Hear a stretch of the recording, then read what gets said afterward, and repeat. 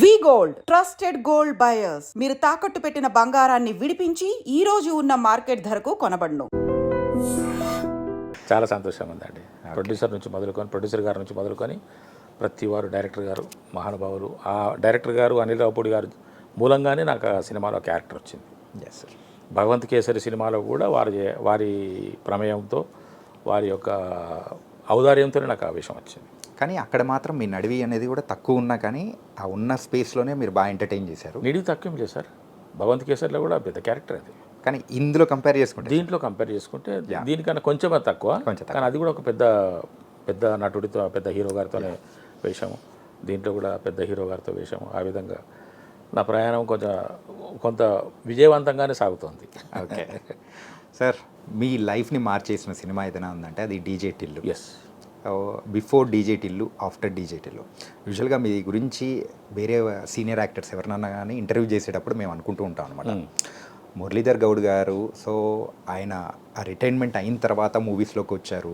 So ఆయన చేస్తున్న characters కానీ ఇప్పుడంతా అట్లనే. కానీ మీరు ఆల్రెడీ మూవీస్ మీద ఉన్న ఒక ఇంట్రెస్ట్ కానీ ఎక్కడ వదలకోకుండా మీరు ఉద్యోగ ధర్మాన్ని చేస్తూ ఇంకో పక్క సీరియల్స్ చిన్న చిన్న క్యారెక్టర్స్ అయినా కానీ చేస్తూ ఈ ప్రయాణం అనేది కూడా ఒకసారి అంటే తెలుసుకుంటూ ఉంటే చాలా ఇన్స్పైరింగ్ అనిపించింది సార్. సార్ ఎక్కడ మొదలైంది మూవీస్ మీద ఈ యొక్క ఇంట్రెస్ట్? నాకు ఇంతకుముందే చాలాసార్లు చెప్పినట్టుగా, కొన్ని సందర్భాల్లో ప్రస్తావించినట్టుగా, నాకు పుట్టుకతోనే ఈ ఆలోచన ఉందండి. నాకు ఊహ తెలుస్తున్న కొద్దీ, నేను పెరుగుతున్న కొద్దీ నేను ఒక సినిమా నటుడిని అవ్వాలని కాదు, నేను సినిమా నటుడిని అనే ఫీలింగ్ ఉన్నది నాకు. అది నా భావన. ఓకే, ఇది వేరే అర్థాలు కాదు దీంట్లో.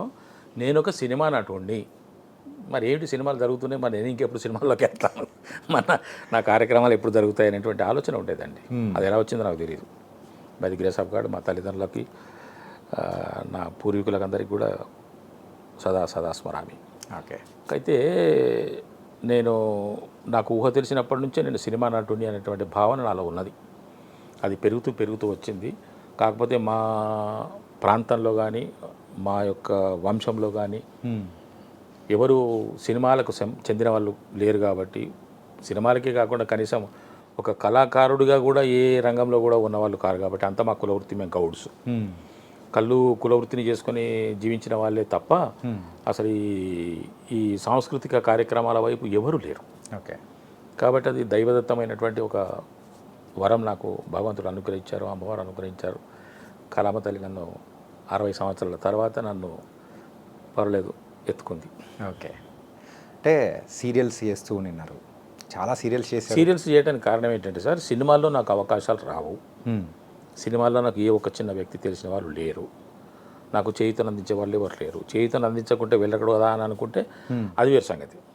ఆ ప్రయత్నాలు అనేటివి ఉంటాయి.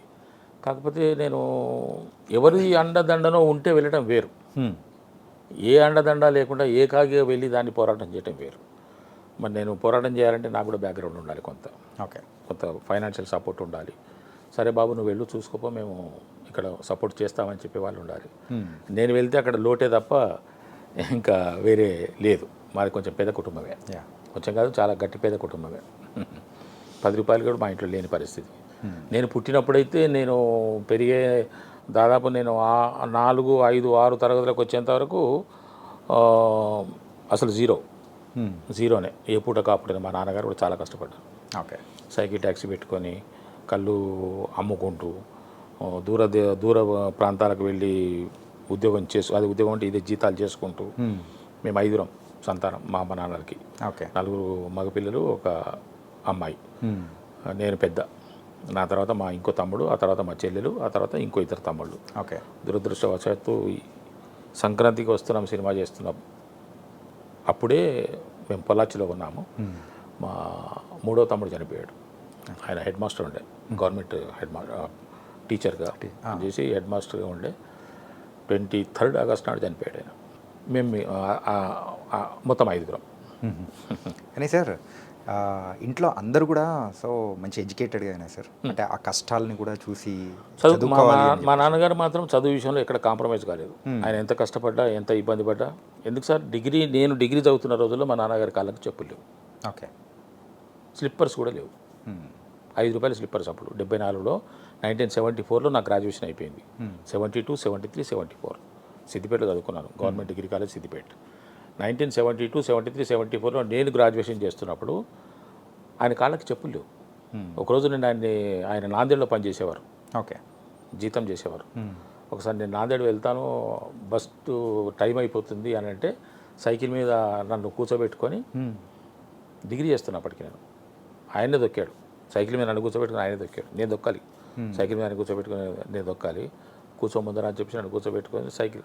మరి ఆయన నేను చూడాలనే, ఆయన అవస్థని గమనించి నేను మంచి దారిలో ఉండాలనే కారణం తెలియదు. కాకపోతే నేను ఆయన గమనించాను. ఓకే, అలాగా మాది కొంచెం పేద కుటుంబమే.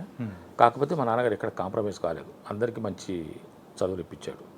మా చనిపోయిన తమ్ముడు గ్రాడ్యుయేటు, మా 4th వన్ పోస్ట్ గ్రాడ్యుయేటు, నేను గ్రాడ్యుయేట్ని. మా 2వ తమ్ముడు ఇంటర్మీడియట్ పాస్ అయ్యాడు. ఆయన బీఈడి కాలేజ్ ఒకటి పెట్టుకొని బాగానే రన్ చేశారు సంగారెడ్డిలో. మిలీనియం బీఈడి కాలేజ్ అని పెట్టారు, ఇప్పుడు లేదు. ఆయన మంచి వ్యాపారంలో ఉన్నారు. సార్ యూజువల్గా మీ లైఫ్లో సో ఎప్పుడైనా కానీ ఆ సినిమా మీద పిచ్ అనేది కూడా ఒకటి ఉన్నప్పుడు, సో ఉద్యోగం అనేది కూడా ఒక వ్యామోహం ఉన్నది, నాకు పిచ్చి లేదు. వ్యామోహం, ఓకే, కరెక్షన్. కోరిక ఉంది, నటుడు కోరిక ఉంది. పిచ్చి ఉన్నటువంటి నేను వచ్చేవాడిని, అన్నీ దులిపేసుకొని నేను పిచ్చి అని చెప్పేసి అని వచ్చి ఉండేవాడిని. నటుడిని కదా, నేను నటుడు అవుదామని చెప్పేసి అనుకోండి. నేను నటుడిని కాబట్టి, ఇది ఒకటి ఉందండి అండర్లైన్ చేసుకోవాల్సిన విషయం, నేను నటుడిని కాబట్టి నాకు తొందర ఏం లేదు, నేను ఎప్పటికైనా రాణించగలను. మనకు కావాల్సింది ఏంది, నటుడు కావటమే కదా. ఒక చిన్న పాత్ర ఇచ్చేసి చేస్తే అది నటనే, మనం నటుడే కాబట్టి తొందర ఏం లేదు. మనం ఎప్పుడైనా వెళ్ళొచ్చు, చేయొచ్చు. కాకపోతే ఇంకెప్పుడు వెళ్తామని ఒకటి లోపల కొంచెం బెరుకుంటేది. వెళ్ళిపోవాలి, తొందరగా వెళ్ళిపోవాలి. నాకు కాన్ఫిడెన్స్ అండి, 100% నాకు కాన్ఫిడెన్స్ ఉన్నది. నేను డెఫినెట్గా ఒక మంచి నటుడుగా అంటే ఇదంతా నా అభిప్రాయమే. ఇది దాన్ని ఏమంటే ఓవర్ కాన్ఫిడెన్స్ కూడా కాదు, డెఫినెట్లీ కాన్ఫిడెన్స్. నా ఆత్మవిశ్వాసం నాకు ఉన్నది, దాన్ని చెప్పుకోవచ్చు.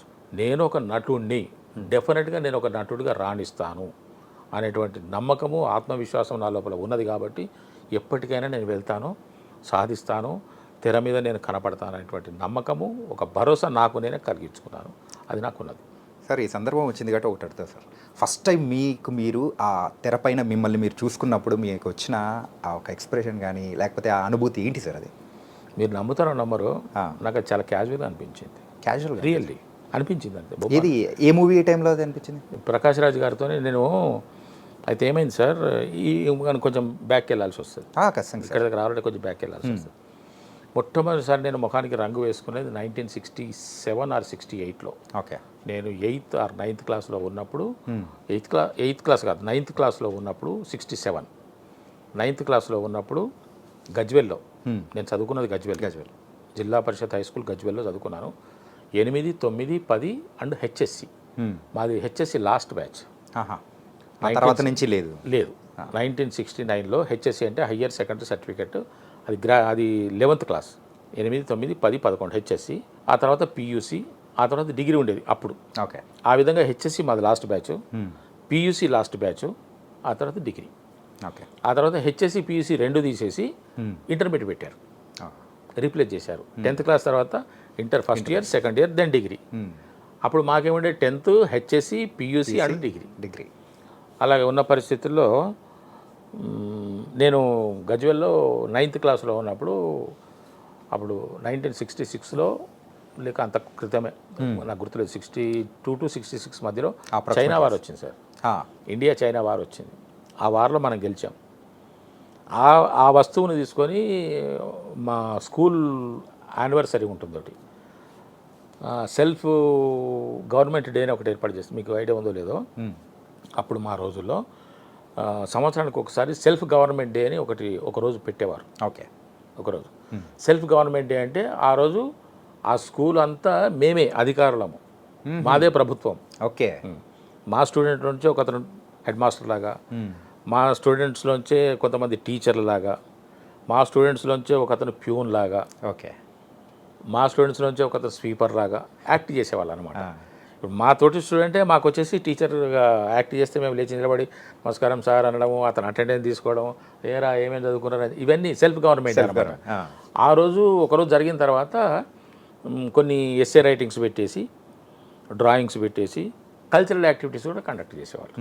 ఆ విధంగా ఒకసారి కల్చరల్ యాక్టివిటీస్ కోసము మా చిలిమిల కృష్ణ గారని నాకు బాగా నన్ను తన కొడుకులాగా భావించి నన్ను బాగా తిట్టి కొట్టి నాకు బుద్ధి నేర్పినటువంటి టీచర్. టీచర్ ఆయన కొంచెం కల్చరల్ యాక్టివిటీస్ మీద బాగా ఇష్టం ఆయనకి. సొంతంగా ఏదో రాసుకునేవాడు, ఏదో ఆయన ఏలు పెట్టింది లేకుండా సంగీతం అని పాట అని ప్రతి సో కల్చరల్ యాక్టివిటీస్ అనేటప్పటికి ఒక టీచర్ మంచిగా యాక్టివేట్ అవుతారు అందులో. ఆ విధంగా ఉండేవాడు. ఆయన ఒక ఇద్దరిని తయారు చేసేసి, ఒకడు చైనా సోల్జర్, ఒకరు ఇండియా సోల్జర్ అని చెప్పేసి ఇద్దరి మధ్యన ఒక ఒక ఒక కాన్సెప్ట్ పెట్టుకొని ఏదో చేస్తున్నాడు ఆయన, ప్రాక్టీస్ రిహార్సల్ చేయిస్తున్నాడు. నన్ను ఎప్పటికీ ఆయన వెంట పెట్టుకునే ఉండేవాడు ఆయన. అస్సలు నన్ను వదిలేవాడు కాదు. సరే నేను వాళ్ళ పక్కన కూర్చొని ఉన్నాను. మరి ఆయనకి ఏం థాట్ వచ్చిందో, మరి నువ్వు కూడా ఇక్కడ రారా అని చెప్పేసి అని నాకేదో చిన్న ఒక 2 డైలాగులు ఇచ్చేసి, నువ్వు ఈ మధ్యలో నువ్వు కూడా ఒక బఫూన్ లాగా నువ్వు కూడా ఈ విధంగా చేయమని చెప్పేసి అని చెప్పారు. అది మొట్టమొదటిసారి 1968లో 9th క్లాస్లో ఉన్నప్పుడు మొహానికి రంగు వేసుకొని నన్ను ఆ విధంగా స్టేజ్ మీదకి ప్రవేశపెట్టారు. ఓకే, అది చాలా బాగా నచ్చింది అందరికీ. అప్పుడు ఉన్నటువంటి వ్యవస్థలో బ్లాక్ డెవలప్మెంట్ ఆఫీసర్ ఉండేవాడు, బీడీఓ అని, తాలూకా హెడ్. ఈ పొలిటికల్గానేమో సమితి ప్రెసిడెంట్ అని ఉండేవాళ్ళు. అప్పుడు మా గజ్వెల్కు సమితి ప్రెసిడెంట్గా కొడకండ్ల రంగారెడ్డి గారని ఉండేవారు. ఆయన ఇమ్మీడియట్గా స్టేజ్ మీదకి వచ్చేసి నన్ను బాగా అప్రిషియేట్ చేసి భుజం తట్టి జేబులో నుంచి తీసి ఒక 10 రూపాయలు ఇచ్చారు. చాలా గొప్ప విషయం, చాలా గొప్ప విషయం. నేను మొట్టమొదటిసారి రంగప్రవేశం చేసి అభినందనలు పొంది పారితోషికం తీసుకున్నటువంటి సందర్భం.